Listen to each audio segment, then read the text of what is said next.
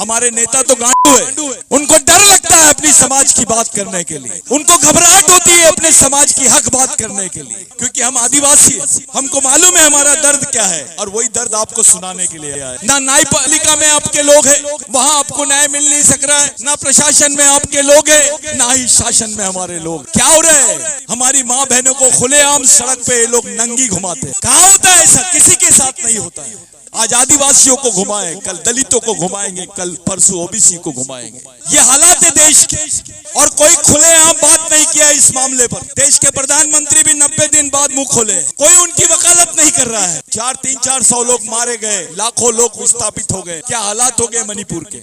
ये जो यूसीसी की बात की जा रही है, ये ओबीसी को खत्म करने के लिए यूसीसी की बात की जा रही है। इसको आप दूसरे तरीके से देखिए, इसको सामाजिक धार्मिक तरीके से मत देखिए। ये सामाजिक प्रश्न है, आपकी जो सामाजिक संस्कृति है उसी को खत्म करना चाहते हैं, ताकि दोबारा ओबीसी की आने वाली जो पीढ़ी है खुद को मूल निवासी ना बोल सके, खुद को इस देश का मालिक ना बोल सके। इसी वजह से इन लोगों ने ये काम किया है। साथियों, ना आपकी जातिगत जनगणना की बात सुनी जा रही है, ना ही आदिवासियों की कोई जल जमीन जंगल की बातें सुनी जा रही है, ना ही दलितों पर जो अत्याचार हो रहे हैं उनकी कोई बात सुनी जा रही है। ये माहौल पूरे देश में आपके सामने है। हम इस बात का निषेध करते हैं जो घटना मणिपुर में हुई, और इस बात का हम लोग निषेध करते हैं कि गवर्नमेंट जो आदिवासियों पे जबरदस्ती यूसीसी लागू करने की बात कर रही है, ओबीसी पे जबरदस्ती यूसीसी लागू करने की बात कर रही है, दलितों पे जबरदस्ती यूसीसी लागू करने की बात। एक आखिरी प्रश्न, जिस देश में गरीबी चरम सीमा पर हो, जिस देश में आदिवासी आदमी भूख से मरता हो, जिस देश में आदिवासी बच्चे को गोलियां मिलती हो, उसको बंदूकों की गोलियों से मारा जाता है, जिस देश में आदिवासियों को नंगा घुमाया जाता है, जहाँ ओबीसी सड़क पर भीख मांगता है, जहाँ किसान आत्महत्या करता है, वहाँ यूसीसी बात क्यों की जा रही। पहले जातिगत जनगणना तो कर लो, लेकिन नहीं करेंगे ये लोग। ये आपकी तादाद आपको बताना नहीं चाहते हैं। जिस दिन आपकी तादाद समझ में आ जाएंगी, देश के मालिक बन जाएंगे आप। ऐसे समय हम लोगों ने हमारी सामाजिक ताकत पे ही भरोसा करना चाहिए, क्योंकि हमारी राजनीतिक ताकत शून्य है। अब हमको समाज से ही कोई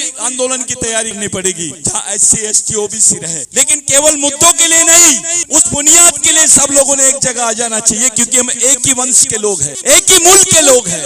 ओबीसी का भी डीएनए एक है, दलितों का भी डीएनए एक है, आदिवासियों का भी डीएनए एक है। आप लोग अपने खून के लोगों के साथ में एक जगह खड़े रहो, तो ही इस देश में बच पाओगे। मैं आपको एक बात बताना चाहता हूँ, ये याद रखिए, ये हमारी आखिरी पीढ़ी द्वारा अपनी आखिरी पीढ़ी को बचाने के लिए लड़ी जाने वाली आखिरी लड़ाई है। अगर ये लड़ाई आप हार गए, तो इस देश से आपका नामो निशान खत्म हो जाए। आप कितने भी सम्मेलन कर लो, आप कितने भी बड़े नेता बना लो, उससे कुछ होने वाला नहीं है। जब तक के समाज की बुनियादी ताकत खड़े नहीं कर पाएंगे, हमको कोई इस देश में पूछेगा नहीं। ऐसी क्या बात है कि जिन्होंने जातियां बनाई थी इस देश में, वो अब जातिगत जनगणना से डर रहे हैं। ऐसी क्या बात है कि जिन्होंने जातियां बनाई थी इस देश में, अभी आज ओबीसी बोलता है कि इसकी जातिगत जनगणना कर लो, और वो नहीं मान रहे। आप जानते हो कि आपको तो 50% आरक्षण तक रोक दिया गया है, और जो बचा हुआ 50% है वो खुले वर्ग के लिए छोड़ दिया गया। उनकी जनसंख्या 17% और उनको आरक्षण 50%, आपकी जनसंख्या 65% और आपको आरक्षण 23%। ये चित्र पूरे देश में दिखाई दे रहा है। धन्यवाद। मैं आप लोगों से विनती करता हूं कि आप लोग एक सामाजिक मूवमेंट चलाओ, इसको राजनीति